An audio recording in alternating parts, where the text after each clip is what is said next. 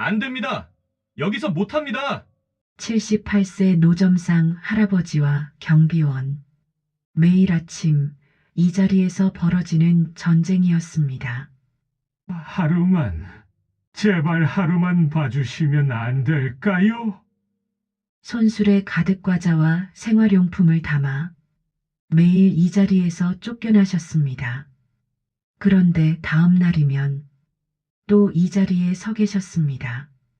왜입니까? 왜 하필 이 자리만 고집하십니까? 할아버지는 대답하지 않으셨습니다. 그날 바닥에 떨어진 낡은 사진 한 장.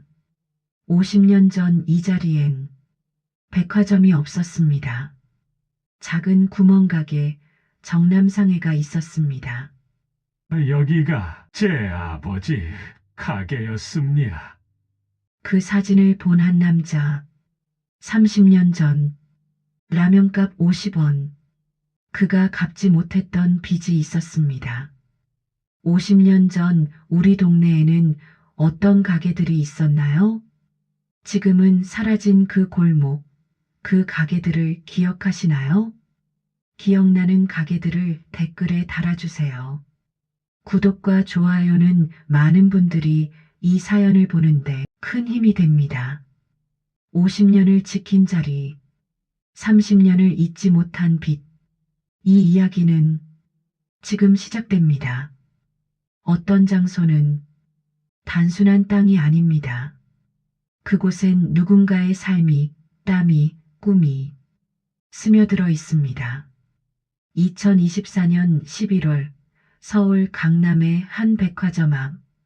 정수남 할아버지는 오늘도 어김없이 그 자리로 향하셨습니다. 손수레 바퀴가 삐걱거리는 소리, 과자 봉지들이 부딪히며 내는 바스락거림, 차가운 새벽 공기를 가르며 걷는 그분의 발걸음은 느렸지만 단단했습니다. 78세, 허리는 구부정하셨고 무릎은 시큰거렸지만 그분은 매일 아침 이곳에 서셨습니다. 강남역 3번 출구 앞 거대한 유리 건물이 하늘을 찌를 듯 솟아있는 그곳. 백화점 정문 입구 왼편 가로수 옆 그 자리. 딱 그 자리였습니다. 할아버지는 손수레를 세우시고 물건들을 정리하기 시작하셨습니다. 과자, 음료수, 생활용품 하나하나 정성스럽게 배치하셨습니다. 마치 50년 전 아버지께서 정남상의 진열대를 정리하시던 그 모습처럼. 오전 7시 백화점 유리문이 열렸습니다. 경비실에서 익숙한 얼굴이 나왔습니다. 김태준 34세 백화점 경비팀장이었습니다. 그는 정수남 할아버지를 볼 때마다 복잡한 표정을 지었습니다. 안쓰럽기도 하고 난처하기도 했습니다. 하지만 오늘도 해야 할 일은 해야 했습니다. 아저씨, 태준의 목소리는 피곤했습니다. 3개월째 반복되는 이 상황이 그를 지치게 만들고 있었습니다. 네. 할아버지는 짧게 대답하셨습니다. 말씀이 많은 편은 아니셨습니다. 아니, 정확히는 말씀하실 수 없으셨습니다. 이유를 설명하면 더 이상하게 들릴 것 같아서였습니다. 여기서 장사하시면 안 된다고 몇 번을 말씀드렸잖아요. 알아요. 그런데 왜 자꾸. 태준이 말을 잇지 못했습니다. 할아버지의 눈빛 때문이었습니다. 그 눈엔 뭔가 있었습니다. 간절함? 애원? 아니, 그보다 더 깊은 무언가였습니다. 조금만, 이른 아침에만요. 출근 시간 전에만 서 있으면 안 될까요? 할아버지의 목소리가 떨렸습니다. 민원이 들어와요. 본부에서 계속 지적해요. 명품 백화점 앞에 노점상이 있으면 이미지에 안 좋다고요. 죄송합니다. 죄송하시면 왜 계속 오시는 겁니까? 태준의 목소리에 답답함이 묻어났습니다. 화가 난 건 아니었습니다. 그저 이해할 수 없었습니다. 저기 100m만 옆으로 가시면 돼요. 지하철 계단 쪽이나 편의점 앞이나 거긴 괜찮아요. 근데 왜 하필 여기만? 할아버지는 대답하지 않으셨습니다. 그저 손술의 손잡이를 쓰다듬으실 뿐이었습니다. 낡은 나무 손잡이엔 손때가 새까맣게 묻어 있었습니다. 태주는 한숨을 쉬었습니다.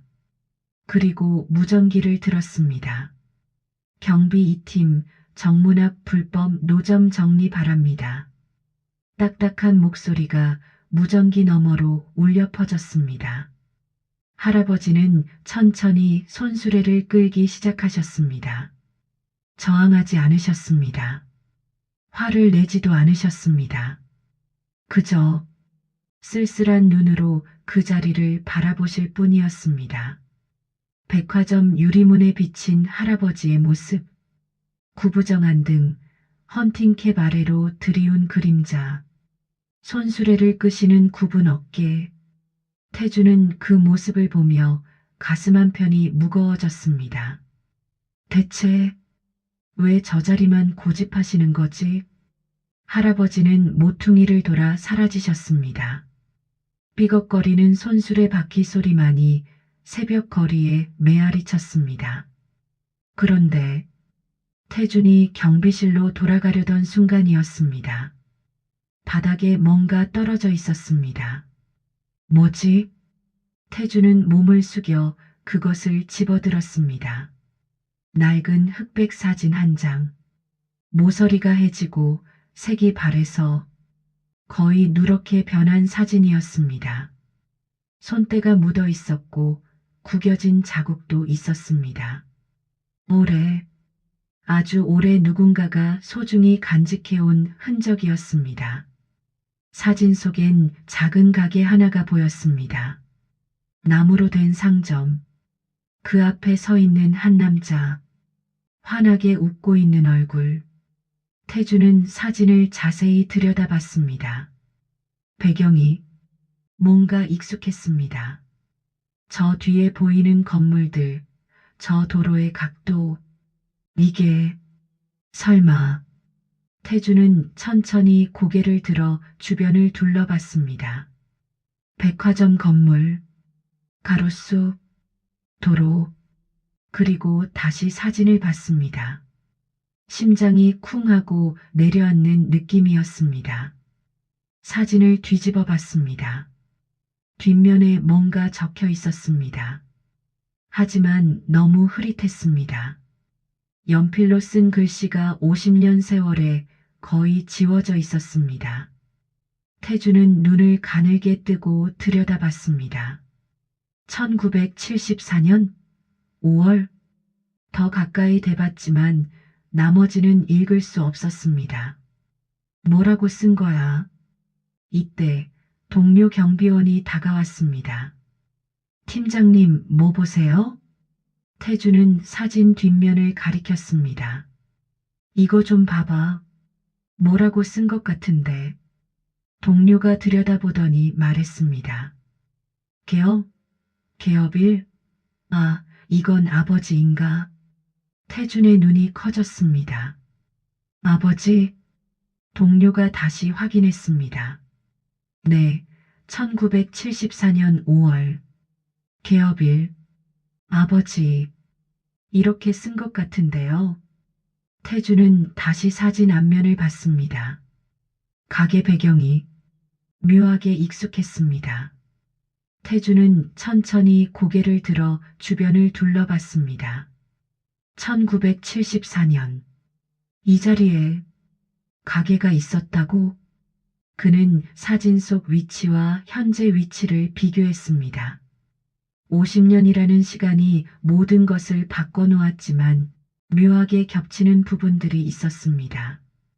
도로의 각도, 저 멀리 보이는 건물의 위치, 그리고 이 자리.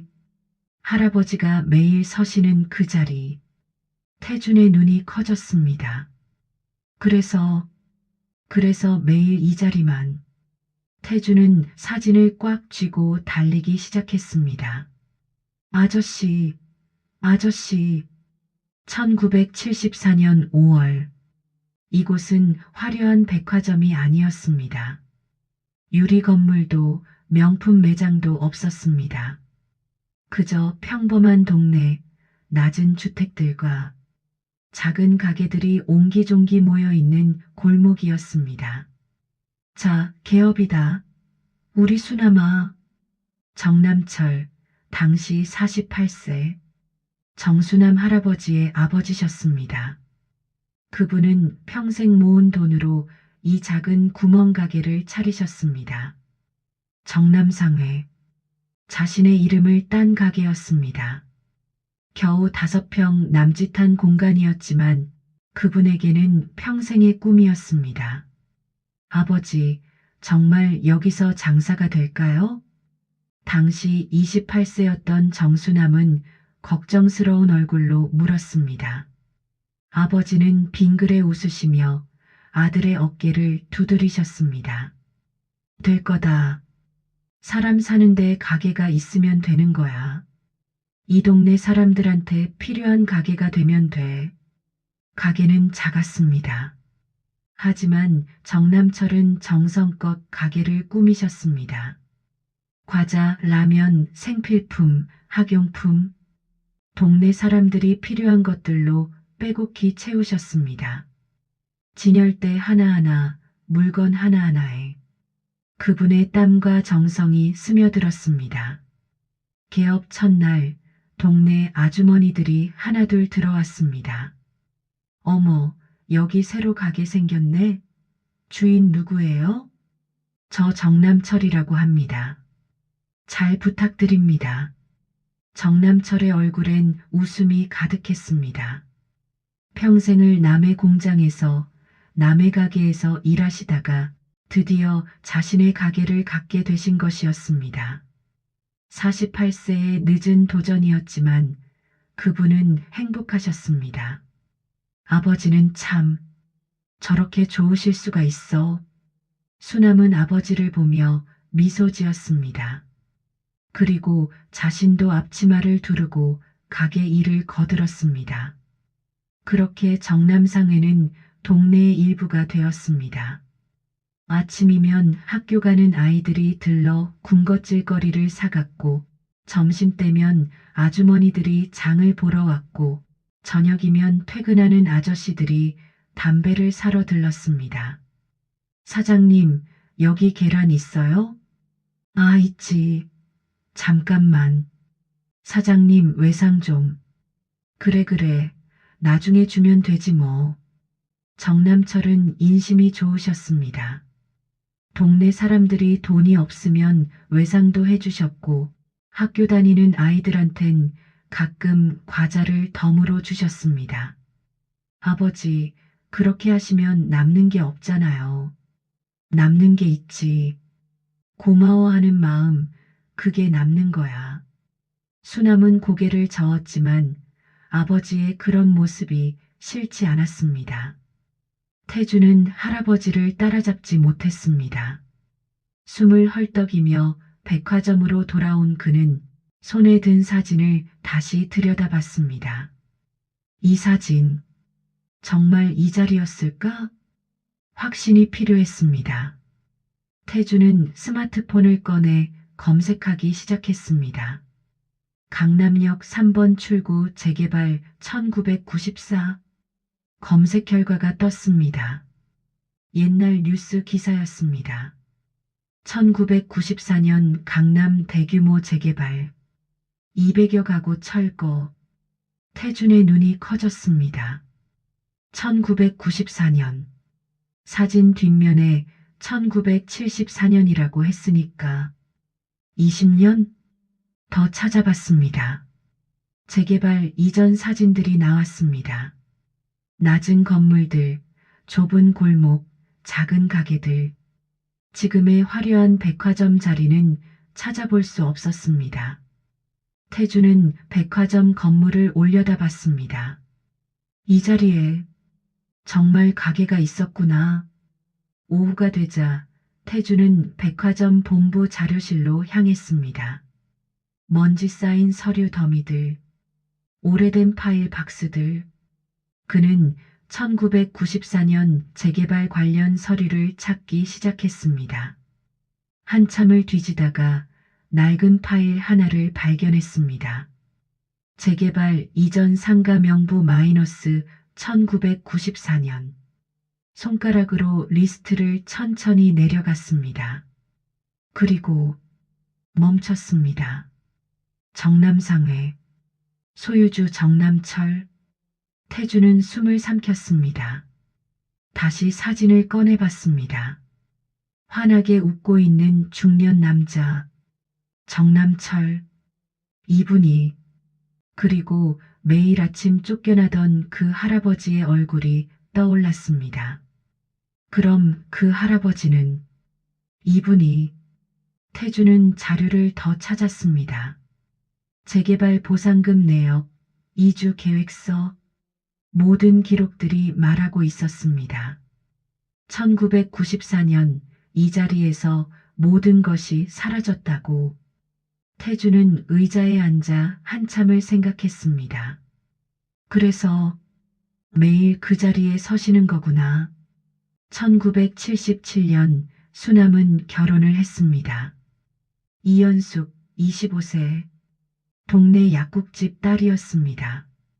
두 사람은 정남상의 2층 작은 방에서 신혼살림을 시작했습니다. 자, 며느리 우리 가게 일도 좀 도와줘야 해. 네, 아버님. 현숙은 밝고 부지런했습니다. 가게 일을 거들고 장부를 정리하고 손님들을 친절하게 대했습니다. 정남철은 며느리가 기특하셨습니다. 수남아, 너 정말 복받았다. 네, 아버지. 그렇게 몇 년이 흘렀습니다. 1980년 수남과 현숙 사이에 아들이 태어났습니다. 정민준. 할아버지 정남철은 손주를 안으시고 눈물을 흘리셨습니다. 이 아이가 이 가게를 이어받겠지? 아버지, 너무 앞서가시는 거 아니에요? 아니야. 3대가 이 가게를 지키는 거야. 그게 내 꿈이다. 정남철의 목소리엔 확신이 가득했습니다. 하지만 세상은 빠르게 변하고 있었습니다. 1985년 동네에 슈퍼마켓이 생겼습니다. 크고 깨끗하고 물건도 다양한 슈퍼마켓이었습니다. 사람들은 하나둘 그곳으로 발길을 돌렸습니다. 아버지, 손님이 많이 줄었어요. 그래도 괜찮아. 우리 단골들이 있잖아. 하지만 단골들도 조금씩 줄어들었습니다. 가격도 저렴하고 물건도 많은 슈퍼마켓을 외면할 수 없었던 것입니다. 그래도 정남철은 포기하지 않으셨습니다. 매일 아침 일찍 가게 문을 여시고 진열대를 깨끗이 닦으시고 손님들을 웃으며 맞이하셨습니다. 아버지, 괜찮으세요? 괜찮아. 이 가게는 내 인생이니까. 그날 저녁, 태주는 할아버지를 찾아갔습니다. 할아버지가 사시는 곳은 백화점에서 걸어서 20분 거리, 좁은 골목 안 낡은 다세대 주택이었습니다. 초인종을 눌렀습니다. 잠시 후 문이 열렸습니다. 누구세요? 할아버지였습니다. 집에서는 헌팅캡을 벗으신 모습이었습니다. 아, 경비팀장님? 안녕하세요, 아저씨. 이거 돌려드리려고요. 태주는 사진을 내밀었습니다. 할아버지의 눈이 커졌습니다. 이게 어떻게 아침에 바닥에 떨어져 있었어요. 할아버지는 떨리는 손으로 사진을 받아드셨습니다. 고맙습니다. 이걸 잃어버렸으면 할아버지는 사진을 가슴에 꼭 안으셨습니다. 태주는 잠시 망설이다가 물었습니다. 저 들어가도 될까요? 여쭤볼 게 있어서요. 할아버지는 고개를 끄덕이셨습니다. 방 안은 깨끗했지만 좁았습니다. 단칸방이었습니다. 한쪽 구석에 손수레가 세워져 있었고 작은 책상 하나, 이불 하나가 전부였습니다. 태주는 앉으라는 할아버지의 손짓에 따라 방바닥에 앉았습니다. 그때 태준의 시선이 책상 위 낡은 노트 한 권에 멈췄습니다. 표지가 해져서 글씨가 거의 안 보였지만 희미하게 읽을 수 있었습니다. 경영학, 석사, 논문? 태준은 깜짝 놀라 할아버지를 봤습니다. 할아버지는 태준의 시선을 따라가시다가 노트를 발견하셨습니다. 아, 할아버지는 조용히 노트를 서랍 안으로 넣으셨습니다. 옛날 거예요. 부끄러운 것. 태주는 묻고 싶었습니다. 하지만 참았습니다. 대신 사진에 대해 물었습니다. 아저씨, 이 사진 속 가게가 1990년 정남철의 건강이 나빠지기 시작하셨습니다. 기침이 잦아지셨고 숨이 가빠지셨습니다. 병원에 갔더니 폐에 문제가 있다고 했습니다. 아버지, 가게 그만하시고 쉬세요. 아니야. 이 가게는 내가 끝까지. 아버지, 수남의 목소리가 떨렸습니다. 하지만 정남철은 고집을 꺾지 않으셨습니다. 기침을 하시면서도 숨이 차시면서도 가게를 지키셨습니다. 한편 수남은 몰래 대학원에 다니고 있었습니다. 낮에는 가게 일을 도왔고 밤에는 논문을 썼습니다. 주제는 소상공인 생존 전략과 지역사회 상생 모델이었습니다. 아버지 가게를 지킬 방법을 연구하는 것이었습니다. 밤을 새워 논문을 쓰고 아침이면 다시 가게로 나갔습니다. 아버지는 아들이 대학원에 다니는 줄 모르셨습니다. 1992년 봄, 어느 날 밤 정남철은 수남을 불러 앉히셨습니다. 산소호흡기를 끼신 채였습니다. 수남아, 내 아버지, 약속? 해라. 정남철은 기침을 하시며 간신히 말씀을 이으셨습니다. 이 가게 지켜. 3대가 이어가. 숨이 가빠지셔서 말씀을 잇지 못하셨습니다. 수남은 눈물을 참으며 고개를 끄덕였습니다. 네, 약속 드릴게요, 아버지. 정남철의 손에서 힘이 빠졌습니다. 그리고 며칠 후 정남철은 세상을 떠나셨습니다. 향년 66세. 아버지, 아버지. 수남은 아버지의 손을 잡고 울었습니다. 차가워진 손, 더 이상 움직이지 않는 손, 평생 이 가게를 일궈오신 그 손. 장례를 치르는 동안 동네 사람들이 찾아왔습니다. 사장님 정말 좋은 분이셨는데 우리 애들 학교 다닐 때 과자 많이 주셨어요. 외상값 못 갚은 것도 많은데 미안합니다. 사람들의 눈에도 눈물이 맺혔습니다. 수남은 그제야 알았습니다. 아버지께서 남기신 건 돈이 아니었습니다. 가게도 아니었습니다. 사람들의 마음이었습니다. 그런데 장례를 치르고 얼마 지나지 않아 구청에서 통지서가 날아왔습니다. 도시 재개발 예정지역 지정 안내. 이 일대가 전부 철거되고 큰 건물이 들어선다는 내용이었습니다. 여보, 우리 가게 어쩔 수 없어요. 보상금 받고 다른 데로 가야죠. 현숙의 목소리는 담담했지만 눈엔 눈물이 고여 있었습니다. 수남은 가게를 둘러봤습니다. 아버지께서 하나하나 손수 만드신 진열대, 아버지께서 정성껏 써붙이신 가격표들, 아버지의 손때가 묻은 계산대. 아버지, 죄송해요. 제가 이 가게를 지키지 못했어요. 1994년 여름, 정남상회는 문을 닫았습니다. 20년을 지켜온 그 자리, 정남철이 평생의 꿈을 펼치셨던 그 자리를 떠났습니다. 수남은 마지막 날 가게 앞에서 사진을 한 장 찍었습니다. 아버지께서 개업 때 찍으셨던 그 사진처럼. 하지만 이번엔 아버지가 안 계셨습니다. 수남은 홀로 가게 앞에 섰습니다. 그리고 사진 뒷면에 조용히 글을 썼습니다. 1974년 5월 개업일. 아버지. 눈물이 뚝 떨어져 글씨를 번지게 했습니다. 아버지, 죄송해요. 제가 이 가게를 지키지 못했어요. 3대가 이어간다던 아버지 꿈. 제가 끊어버렸어요. 수남의 목소리가 떨렸습니다. 가게 문을 마지막으로 닫으며 수남은 그 자리를 오래오래 바라봤습니다. 그리고 중얼거렸습니다. 언젠가 다시 이 자리에 돌아올게요, 아버지.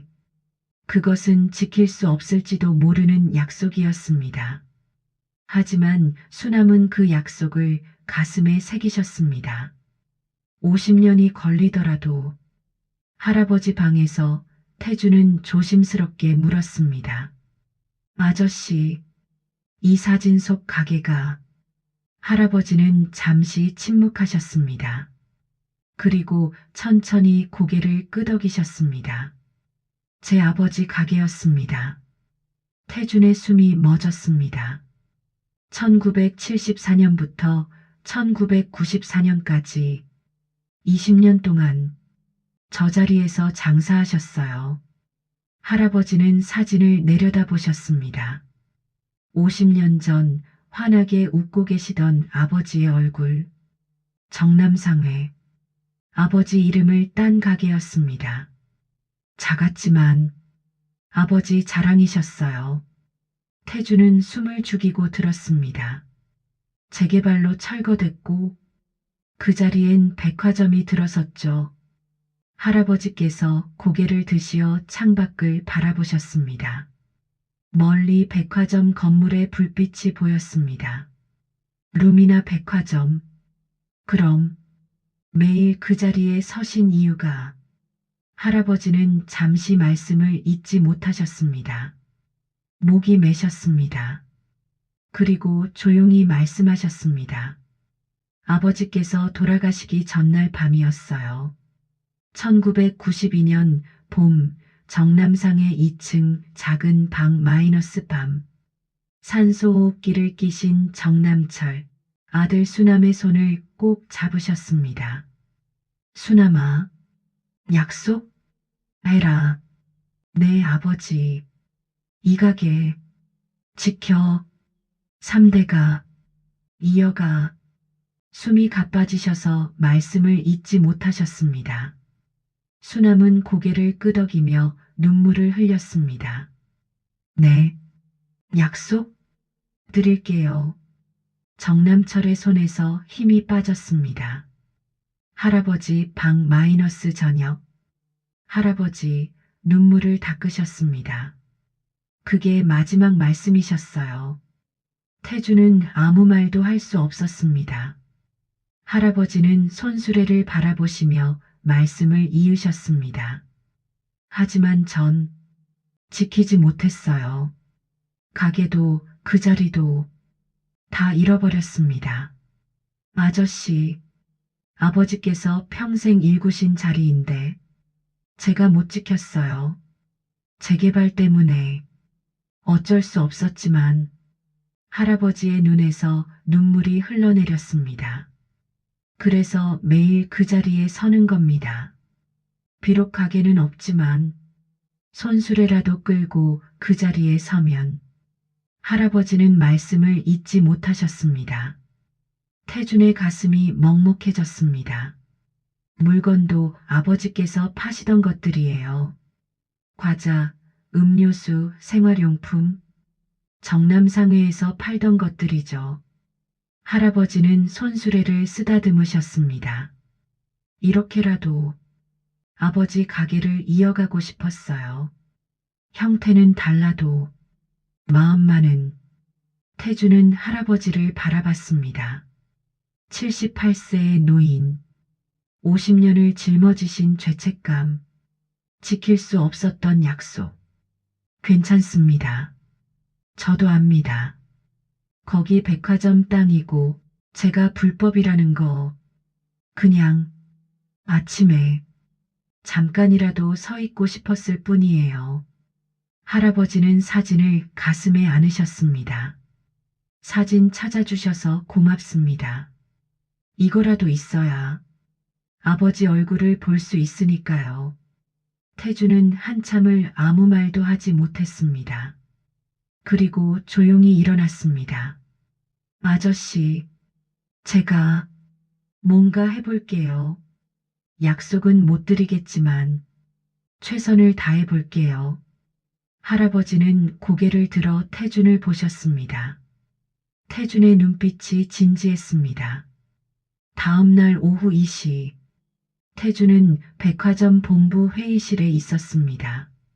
앞에는 운영팀장, 홍보팀장, 그리고 부사장까지 앉아 있었습니다. 그래서 경비팀장, 무슨 얘기를 하고 싶다는 거지? 운영팀장이 팔짱을 끼고 물었습니다. 태주는 준비해간 자료를 펼쳤습니다. 할아버지께서 떨어뜨리신 사진의 복사본, 그리고 그가 조사한 재개발 당시 기록들이었습니다. 정문 앞에 매일 오시는 노점상 할아버지 있잖아요. 아, 그 사람? 계속 쫓아내도 오는 사람 말이지? 오늘도 민원 들어왔던데. 그분이 이 건물이 지어지기 전 이 자리에서 가게를 하셨대요. 뭐? 회의실이 조용해졌습니다. 태주는 사진을 테이블 위에 놓았습니다. 1974년부터 1994년까지 20년간 이 자리에서 정남상회라는 구멍가게를 운영하셨습니다. 재개발로 철거됐고 그 자리에 우리 백화점이 들어섰죠. 운영팀장이 사진을 들여다봤습니다. 그래서 뭘 어쩌자는 건가? 할아버지께서는 매일 그 자리에 서시는 게 아버지와의 약속을 지키시는 방법이라고 하셨습니다.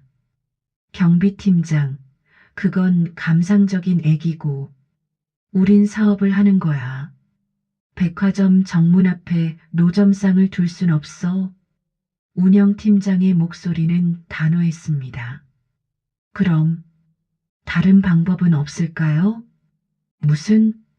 예를 들어 할아버지께 백화점 안에서 장사하실 수 있는 공간을 드리거나, 야, 자네 정신 나갔나? 백화점 안에 노점상을 들여? 아니면 1층 로비 한쪽에 작은 공간이라도. 안 돼.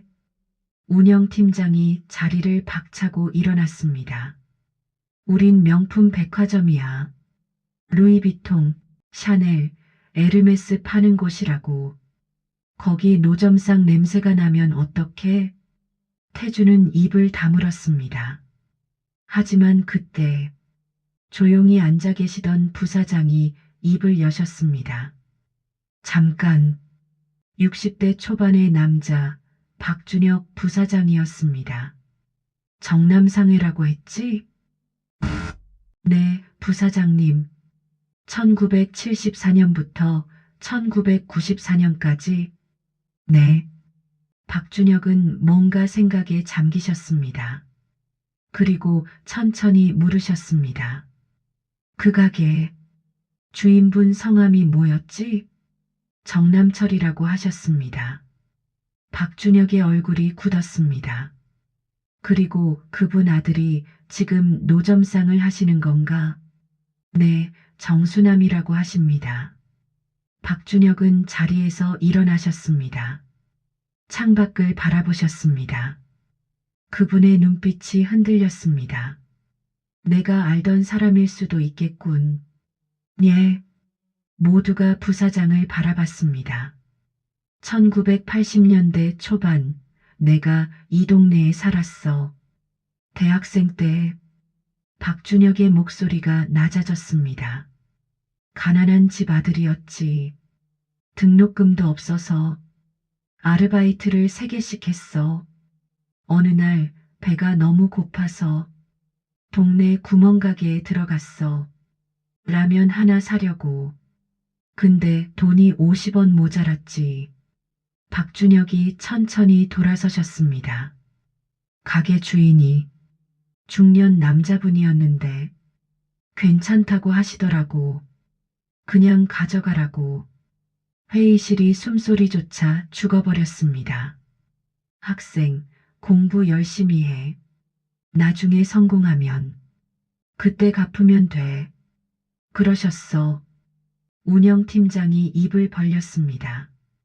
그 뒤로 몇 번 더 갔지. 항상 외상을 해주셨어. 그리고 항상 웃으셨어. 공부 열심히 하냐고 물으시면서 부사장님, 대학 졸업하고 취직하고 돈 좀 모아서 그 가게에 갚으러 갔어. 1990년쯤이었나. 근데 가게 주인분이 많이 편찮으셨어. 기침을 심하게 하시더라고.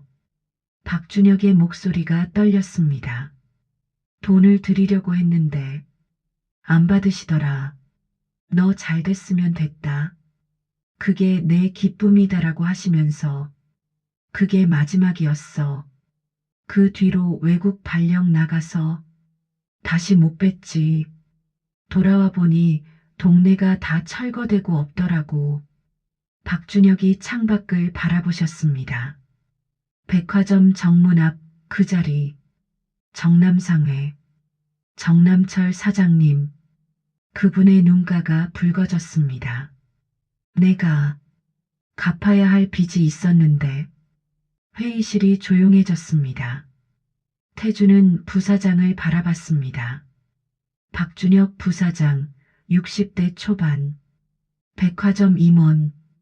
그리고 30년 전 라면값 50원을 외상으로 얻어먹었던 가난한 대학생. 다음 날 아침 정수남 할아버지는 오늘도 손수레를 끌고 백화점 앞에 서셨습니다. 어제처럼 쫓겨나시겠지만 그래도 오셨습니다. 이 자리에 서시는 것, 그것만으로도 위로가 되셨으니까요. 그런데 이상했습니다. 경비원들이 다가오지 않았습니다. 오히려 멀리서 지켜보기만 했습니다. 할아버지께서 고개를 갸웃거리시는데 백화점 정문이 열렸습니다. 양복을 입은 남자가 나왔습니다.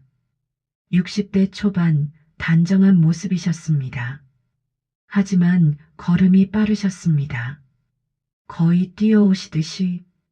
그리고 할아버지 앞에 서셨습니다. 혹시 정남철 사장님 아드님이십니까? 낯선 사람이었습니다. 하지만 할아버지는 고개를 끄덕이셨습니다. 네, 그렇습니다만. 박준혁이 그 자리에 무릎을 꿇으셨습니다. 예, 뭐 하시는 겁니까? 할아버지께서 깜짝 놀라 손을 내미셨습니다. 죄송합니다. 너무 늦게 찾아뵙게 돼서. 박준혁의 목소리가 떨렸습니다. 저 1980년대 초반에 이 동네에 살았습니다. 대학생이었고 가난했고 배가 고팠고 정남상회에서 사장님께서 저를 많이 도와주셨습니다. 외상도 해주시고 격려도 해주시고. 할아버지의 눈이 천천히 커지셨습니다. 혹시 준혁이? 준혁이 맞지? 서울대 다니던 그 학생? 박준혁이 고개를 드셨습니다. 눈에 눈물이 그렁그렁했습니다. 네, 저 박준혁입니다. 기억하세요? 그럼 기억하고 말고 아버지께서 얼마나 자랑하셨는데 우리 가게 단골 중에 서울대생이 있어 하시면서 할아버지도 눈시울이 붉어지셨습니다. 그런데 어떻게 여기를 이 백화점 부사장입니다. 뭐? 할아버지께서 멍한 표정으로 백화점을 올려다보셨습니다. 경비팀장한테 들었습니다. 할아버님께서 매일 이 자리에 오신다고. 그리고 정남상의 얘기를 듣고 박준혁은 주머니에서 봉투를 꺼내셨습니다. 제가 30년 전에 갚았어야 할 빚입니다. 라면가, 외상가, 그리고 제 인생을 일으켜 세워주신 은혜. 아니야, 준혁아. 그건 빚이 아니라 빚입니다. 박준혁의 목소리는 단호했습니다. 사장님께서 저한테 해주신 말씀, 나중에 성공하면 갚으면 된다. 그 말씀 지키러 왔습니다. 할아버지는 박준혁을 바라보셨습니다. 그 눈엔 눈물이 주르륵 흘러내렸습니다. 너 정말 잘 됐구나. 아버지께서 보셨으면 얼마나 기뻐하셨을까. 할아버님, 두 사람은 그 자리에서 한참을 우셨습니다. 지나가던 사람들이 힐끔힐끔 쳐다봤지만 신경 쓰지 않으셨습니다. 30년. 한 사람은 빚을 갚지 못한 죄책감을 안고 사셨고, 한 사람은 아버지의 가게를 지키지 못한 죄책감을 안고 사셨습니다. 하지만 오늘 이 순간 두 빚이 만났습니다. 박준혁이 천천히 일어나셨습니다. 그리고 할아버지의 손을 잡으셨습니다. 할아버님, 제가 제안이 하나 있습니다. 뭔데? 이 백화점 1층에 정남상회를 다시 여시는 게 어떨까요? 뭐? 할아버지께서 눈을 깜빡이셨습니다. 물론 손술의 장사는 아니고요. 작은 편의점 형태로요. 할아버님께서 운영하시고 수익도 할아버님께서 가져가시고. 준혁아, 그건 안 됩니다. 이건 제 빚이에요. 사장님께 받은 은혜, 이렇게라도 갚아야 해요. 박준혁은 백화점을 가리키셨습니다. 그리고 이 자리는 사장님 아버지의 자리잖아요. 그 자리를 다시 찾아드리고 싶어요. 할아버지는 떨리는 손으로 입을 가리셨습니다. 목이 메셨습니다. 준혁아, 고맙다. 정말 고맙다. 아닙니다. 제가 더 감사합니다. 박준혁이 할아버지의 손을 꼭 잡으셨습니다. 할아버님 덕분에, 아니, 사장님 덕분에 제가 여기까지 왔습니다. 이제 그 은혜를 갚을 차례입니다. 주변엔 어느새 사람들이 모여들었습니다. 백화점 직원들, 지나가던 사람들, 모두가 이 장면을 지켜보고 있었습니다. 그들 중 몇몇은 눈물을 닦고 있었습니다. 할아버지는 하늘을 올려다보셨습니다. 아버지, 보고 계시죠? 아버지께서 도와주신 그 학생이 이렇게 훌륭하게 자랐어요. 박준혁이 조용히 말씀하셨습니다. 할아버님, 며칠만 시간을 주세요. 백화점 1층에 공간을 만들겠습니다. 정남상회, 다시 시작하시죠. 할아버지는 고개를 끄덕이셨습니다. 눈물이 멈추지 않으셨습니다. 하지만 이번 눈물은 달랐습니다. 슬픔이 아니었습니다. 후회도 아니었습니다. 그것은 안도였습니다. 50년간 짊어지신 짐을 내려놓으시는 깊은 안도였습니다. 김태준 경비팀장은 멀리서 이 장면을 지켜보고 있었습니다. 그의 눈에도 눈물이 맺혔습니다. 사진 한 장이 이렇게 많은 것을 바꾸는구나. 태준은 자신이 주운 그 사진을 떠올렸습니다. 1974년 5월 개업일 아버지 50년 전 한 남자의 꿈. 그 꿈이 아들에게 이어졌고 30년 만에 돌아온 은인을 만나 다시 꽃 피우려 하고 있었습니다. 태주는 미소 지었습니다. 이게 인연인가? 백화점 입구 앞 할아버지와 박준혁 부사장이 나란히 서 계셨습니다. 두 분 모두 눈물을 닦으시며 웃고 계셨습니다. 그 옆에는 손수레가 세워져 있었습니다.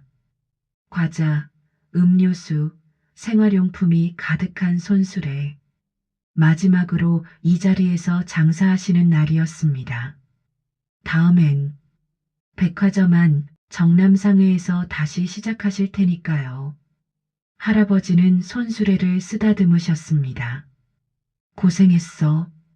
너도 이제 쉬어도 돼. 그리고 중얼거리셨습니다. 아버지, 다시 시작합니다. 50년 만에 정남상회를 다시 엽니다. 아침 햇살이 따뜻했습니다. 그 빛 속에서 할아버지의 얼굴엔 평화가 깃들어 있었습니다. 2주 후 루미나 백화점 1층 한쪽에 작은 가게가 문을 열었습니다. 정남상회 나무 간판이 걸려 있었습니다. 50년 전 그 간판과 똑같은 스타일이었습니다. 가게는 작았습니다. 겨우 10평 정도였습니다. 하지만 깔끔하게 꾸며져 있었습니다. 생필품, 간식, 음료수, 백화점에 오신 손님들이 잠깐 들르실 수 있는 편의점 형태였습니다. 그리고 카운터 뒤에는 어서 오세요. 정수남 할아버지께서 서 계셨습니다. 깨끗한 앞치마를 두르시고 환하게 웃으시며 78세의 나이에 다시 시작하신 가게였습니다. 하지만 그분의 얼굴엔 생기가 돌았습니다. 할아버지, 이거 주세요. 그래, 여기 있다. 아이들이 과자를 사러 왔고, 직장인들이 커피를 사러 왔고, 어르신들이 담소를 나누러 오셨습니다. 가게 한쪽 벽에는 액자가 걸려 있었습니다. 1974년 5월 정남상의 개업 사진. 아버지 정남철께서 환하게 웃고 계시는 모습. 할아버지는 가끔 그 사진을 바라보시며 중얼거리셨습니다. 아버지, 다시 시작했습니다. 비록 형태는 다르지만 이 자리에서 다시 가게를 열었어요. 그분의 눈가에 눈물이 맺혔습니다. 늦었지만 약속 지켰습니다. 개업 일주일 후 박준혁 부사장이 가게에 들르셨습니다. 할아버님, 장사 잘 되세요? 준혁아, 응, 잘 돼. 사람들이 많이 와줘서 고마워. 다행이네요. 박준혁은 가게를 둘러보셨습니다. 작지만 따뜻한 공간이었습니다. 진열대에 정성스럽게 놓인 물건들, 깨끗하게 닦인 바닥, 환하게 웃으시는 할아버지. 할아버님, 저 하나만 여쭤봐도 될까요? 뭔데? 왜 그렇게 이 자리를 지키려고 하셨어요? 다른 곳에서 장사하셔도 됐잖아요. 할아버지는 잠시 침묵하셨습니다. 그리고 천천히 입을 여셨습니다. 아버지께서 돌아가시기 전에 하신 말씀이 있어. 수남아, 이 가게는 그냥 가게가 아니야. 이건 우리 삶의 뿌리다. 어디를 가든 무엇을 하든 뿌리를 잊으면 안 된다. 할아버지의 목소리가 떨리셨습니다. 근데 나는 그 뿌리를 잃어버렸어. 재개발로 가게가 없어지고 아버지도 돌아가시고 나는 뿌리를 잃은 나무가 된 것 같았지. 그래서 매일 그 자리에 갔어. 비록 가게는 없어도 손수레라도 끌고 그 자리에 서면 뿌리를 잊지 않는 것 같아서 박준혁의 눈시울이 붉어졌습니다. 할아버님, 준혁아, 고맙다. 내가 내 뿌리를 다시 찾아줬어. 이 가게를 다시 열 수 있게 해줘서 정말 고맙다. 아닙니다, 할아버님. 제가 더 감사합니다. 박준혁이 90도로 허리를 숙이셨습니다. 할아버님 덕분에, 사장님 덕분에 저도 제 뿌리를 잊지 않고 살 수 있었습니다. 두 분은 서로를 바라보시며 미소 지으셨습니다. 세월이 흘러도 형태가 바뀌어도 변하지 않는 것들이 있습니다. 고마움, 은혜, 뿌리, 그리고 사람의 마음. 그날 저녁 할아버지는 혼자 가게에 남으셨습니다. 문을 닫으시고 정리를 마치시고 조용히 앉아 계셨습니다. 책상 위엔 그 오래된 사진이 놓여 있었습니다. 1974년 5월 개업일. 아버지. 할아버지는 사진을 손에 드시고 오래 바라보셨습니다. 아버지. 그분의 목소리가 떨리셨습니다. 50년 걸렸습니다. 50년 만에 약속 지켰어요. 눈물이 주르륵 흘러내렸습니다. 가게는 작아졌고 장소도 바뀌었지만 그래도 정남상회입니다. 아버지 가게 정남상회. 할아버지는 사진을 가슴에 안으셨습니다. 이제 편히 쉬세요, 아버지. 제가 이 자리 잘 지킬게요. 창밖으론 사람들이 지나다니고 있었습니다. 화려한 백화점의 불빛들이 반짝였습니다. 하지만 1층 한쪽 작은 가게에 정남상회의 불빛은 그 어떤 명품 매장보다 따뜻했습니다. 할아버지는 천천히 일어나 가게를 둘러보셨습니다. 작지만 정성스럽게 꾸민 진열대, 깨끗하게 닦인 카운터, 벽에 걸린 아버지 사진. 내일도 열심히 해야지. 할아버지는 미소 지으셨습니다. 그리고 불을 끄시고 가게 문을 나오셨습니다. 백화점 밖으로 나오시니 하늘엔 별이 빛나고 있었습니다. 할아버지는 하늘을 올려다보셨습니다. 아버지, 보고 계시죠? 정남상회. 다시 시작했어요. 이번엔 끝까지 지킬게요. 바람이 불었습니다. 따뜻한 바람이었습니다. 마치 아버지께서 대답하시는 것 같았습니다. 그래, 수남아. 잘했다. 고생했다. 할아버지의 얼굴에 평화가 깃들었습니다. 50년간 짊어지신 무게를 내려놓으신 깊은 평화였습니다. 그분은 천천히 집으로 걸어가셨습니다. 발걸음은 여전히 느리셨지만 어깨는 가벼우셨습니다. 78세 노인의 새로운 시작. 아니, 50년 만에 귀환이었습니다. 개업 한 달 후, 어느 토요일 오후 가게에 젊은 남자가 들어왔습니다. 40대 초반 단정한 옷차림이었습니다. 정민준 44세, 할아버지의 아들이었습니다. 할아버지는 아들의 등장에 놀라셨습니다. 민주는 가게를 천천히 둘러봤습니다. 진열대, 카운터, 그리고 벽에 걸린 흑백 사진. 할아버지, 정남철의 모습. 할아버지. 민준의 목소리가 떨렸습니다. 할아버지는 고개를 끄덕이셨습니다. 미안함과 자랑스러움이 섞인 표정이셨습니다. 민주는 앞치마를 집어들었습니다. 도와드려도 될까요? 할아버지의 눈에 눈물이 맺히셨습니다. 그날부터 민주는 주말마다 가게에 나왔습니다. 아버지와 아들 두 사람이 함께 가게를 지켰습니다. 물건을 정리하고 손님을 맞이하고 계산을 하고 말씀은 많지 않으셨지만 두 사람의 움직임엔 조화가 있었습니다. 손님들이 물었습니다. 아드님이세요? 할아버지는 자랑스럽게 대답하셨습니다. 우리 아들이에요.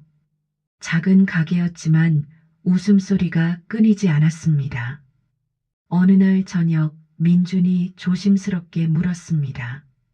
아버지, 준서도 데려와도 될까요? 할아버지의 얼굴이 환해지셨습니다. 증손자, 10살 준서, 그럼 다음 주 토요일 10살 소년이 가게 문을 열고 들어왔습니다. 증조할아버지, 정준서, 할아버지의 증손자였습니다. 할아버지는 준서를 껴안으셨습니다. 78세 노인의 팔에 안긴 10살 소년. 준서는 가게를 두리번거리다가 벽에 흑백 사진을 발견했습니다. 저분이 누구예요? 고조할아버지야. 50년 전에 이 자리에서 가게를 하셨단다. 멋있다. 준서의 눈이 반짝였습니다. 할아버지는 준서의 머리를 쓰다듬으셨습니다. 준서야, 이 가게는 우리 집안 사대가 이어온 거란다. 고조할아버지께서 시작하셨고 증조할아버지가 지켰고 할아버지가 도왔고 이제 준서도 함께하는 거야. 준서가 고개를 끄덕였습니다. 저도 일할래요. 할아버지는 웃으시며 작은 앞치마를 준서에게 입히셨습니다. 그날 정남상회엔 사대가 함께 계셨습니다. 78세 증조할아버지, 44세 할아버지, 10살 증손자. 할아버지는 준서에게 물건 정리하는 법을 가르치셨습니다. 과자를 앞으로 당겨놓는 법, 음료수를 차게 보관하는 법, 손님께 인사하는 법. 준서는 열심히 따라했습니다. 민주는 그 모습을 지켜보며 미소 지었습니다. 아버지께서 아들에게, 아들이 손주에게, 손주가 증손주에게 이어지는 것들. 할아버지는 가끔씩 벽의 사진을 바라보셨습니다. 아버지, 보고 계시죠? 3대가, 아니 4대가 함께하고 있어요. 사진 속 정남철께서 환하게 웃고 계셨습니다. 저녁이 되어 가게 문을 닫을 시간. 준서는 증조할아버지 무릎에 앉아 있었습니다. 할아버지께서 조용히 말씀하셨습니다. 준서야, 이 가게는 단순한 가게가 아니야. 여기엔 우리 가족의 꿈이, 땀이, 사랑이 담겨 있어. 준서는 고개를 끄덕이며 들었습니다. 나중에 커서 이 가게를 기억해 줄 수 있겠니? 네, 저 커서도 여기 올게요. 준서의 목소리는 맑고 힘찼습니다. 할아버지는 준서를 꼭 안으셨습니다. 눈물이 흘렀습니다. 하지만 행복한 눈물이었습니다. 민주는 그 모습을 보며 눈시울을 붉혔습니다. 벽에 걸린 정남철의 사진. 1974년 5월 환하게 웃으시던 그 모습. 할아버지, 보고 계시죠? 3대가 이어가는 가게. 할아버지의 꿈은 이루어지고 있었습니다. 아니, 3대를 넘어 4대로 이어지고 있었습니다. 가게 문을 닫고 세 사람은 나란히 걸었습니다. 할아버지, 아버지, 아들. 준서가 할아버지 손을 잡고 깡충깡충 뛰었습니다. 증조할아버지, 내일도 올 수 있어요? 그럼 준서의 웃음소리가 거리에 울려 퍼졌습니다. 할아버지는 하늘을 올려다보셨습니다. 밤하늘엔 별이 반짝이고 있었습니다. 아버지, 맞죠? 우리 사대가 함께 했어요. 아버지 꿈, 이루어지고 있어요. 별빛이 더 환하게 빛나는 것 같았습니다. 마치 아버지께서 웃으시며 대답하시는 것 같았습니다. 그래, 수남아. 잘했다. 정말 잘했다. 할아버지의 얼굴에 평화가 깃들었습니다. 50년을 기다리신 마침내 이루어진 약속이었습니다. 세 사람의 그림자가 따뜻한 가로등 아래로 길게 드리웠습니다. 개업 3개월 후 어느 겨울날 저녁 가게 문을 닫으시고 할아버지는 혼자 앉아 계셨습니다. 책상 위엔 편지지와 펜이 놓여 있었습니다. 할아버지는 떨리는 손으로 펜을 드셨습니다. 그리고 천천히 글을 쓰기 시작하셨습니다. 아버지께, 아버지, 저 수남이에요. 오늘도 가게 문을 열었습니다. 손님들이 많이 왔고 웃음소리가 끊이지 않았어요. 민준이도 왔고 준서도 왔어요. 할아버지는 잠시 펜을 멈추셨습니다. 눈가에 눈물이 맺혔습니다. 하지만 미소를 지으시며 다시 쓰셨습니다. 아버지께서 평생 꿈꾸셨던 것, 3대가 이어가는 가게에 이제 4대가 되었습니다. 50년이 걸렸습니다. 50년 동안 저는 아버지께 죄스러웠습니다. 가게를 지키지 못한 것, 그 자리를 잃어버린 것. 할아버지의 손이 떨리셨습니다. 눈물이 떨어져 글씨를 번지게 했습니다. 하지만 이제 알았어요. 가게는 건물이 아니었습니다. 그 자리는 땅이 아니었습니다. 가게는 사람이었고 그 자리는 마음이었습니다. 할아버지는 천천히 고개를 드시어 주변을 둘러보셨습니다. 작은 가게에 정성껏 정리된 진열대, 깨끗한 카운터, 벽에 걸린 아버지 사진, 아버지께서 심어주신 씨앗, 고마움, 은혜, 나눔, 그리움. 그 씨앗들이 50년 만에 다시 꽃을 피웠습니다. 준혁이를 기억하세요? 아버지께서 도와주셨던 대학생. 그 아이가 이제 훌륭한 어른이 되어 저를 도와줬습니다. 할아버지는 눈을 감으셨습니다. 박준혁 부사장의 얼굴이 떠올랐습니다. 무릎 꿇고 우시던 그 모습, 아버지께서 뿌리신 씨앗이 50년 만에 열매가 된 겁니다. 아버지, 이제 알겠어요. 가게를 지킨다는 건 건물을 지키는 게 아니라 마음을 지키는 거였어요. 할아버지는 다시 펜을 드셨습니다. 그리고 저는 지켜냈습니다. 50년 동안 단 하루도 아버지를 잊은 적 없었으니까요. 매일 아침 그 자리에 섰던 건 미친 짓이 아니었어요. 그건 제가 아버지를 기억하는 방법이었어요. 눈물이 편지지 위로 떨어졌습니다. 이제 편히 쉬세요, 아버지. 저도 민준이도 준서도 모두 잘 있습니다. 그리고 정남상회도 여전히 이 자리를 지키고 있습니다. 형태는 달라졌지만 마음은 그대로입니다. 할아버지는 마지막 문장을 쓰셨습니다. 사랑합니다, 아버지. 아들 수남 올림. 할아버지는 편지를 다 쓰시고 천천히 접으셨습니다.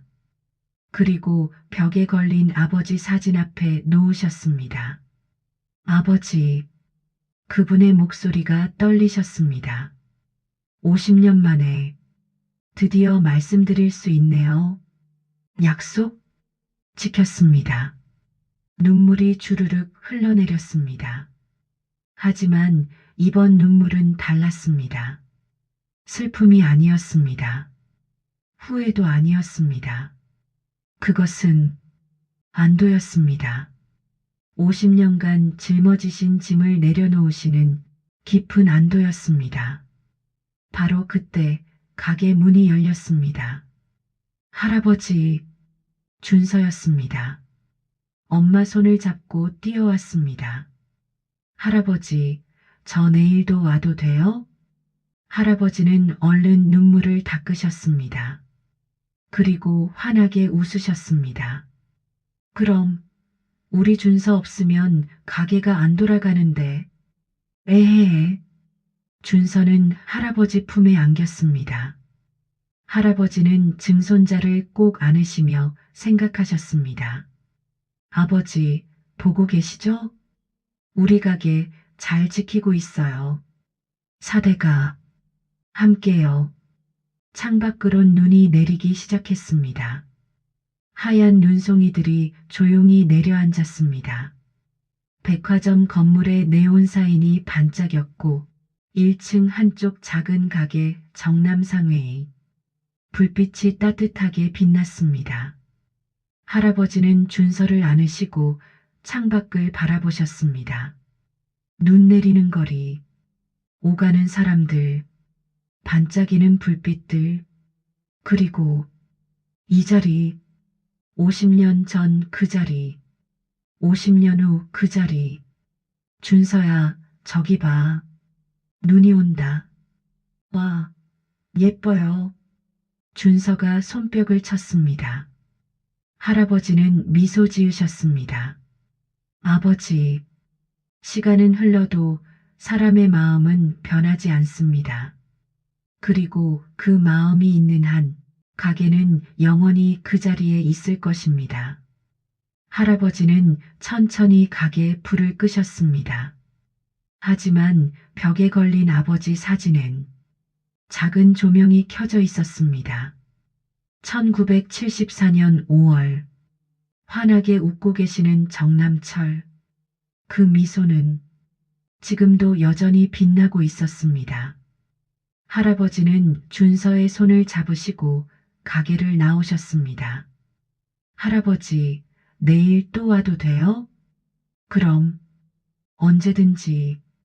약속이에요. 약속이야. 두 사람은 눈 내리는 거리를 걸어갔습니다. 78세 노인과 10살 소년, 할아버지와 증손자, 과거와 미래, 그들의 뒤로 정남상회의 간판이 보였습니다. 작지만 따뜻한 불빛, 50년을 기다린 끝에 다시 켜진 불빛이었습니다. 그리고 그 불빛은 앞으로도 계속될 것입니다. 4대, 5대, 6대, 영원히. 하늘에서 눈이 내렸습니다. 조용하고 부드럽게, 마치 축복처럼. 할아버지는 하늘을 올려다보셨습니다. 아버지, 감사합니다.